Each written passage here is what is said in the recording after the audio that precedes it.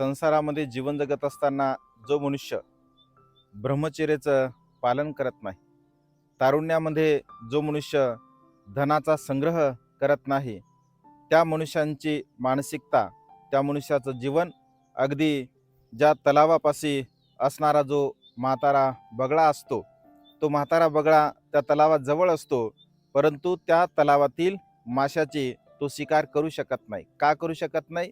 कारण तो वृद्ध झाला आहे, म्हातारा झाला आहे, तेवढी त्याच्यामध्ये चपळता राहिलेली नाही आहे. परिणामतः तो उपाशी मरू शकतो.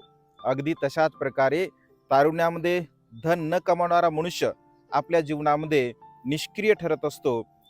ब्रह्मचर्याचं आचरण न करणारा मनुष्य सुद्धा आपल्या जीवनामध्ये निष्क्रिय ठरत असतो आणि त्यामुळे सातत्याने आपण तारुण्यामध्ये धनाचा संग्रह करावा, ब्रह्मचर्याचं आचरण करून आपल्या जीवनामध्ये सुखाच्या मार्गाचं अनुसरण करण्याचा आपण प्रयत्न करावा.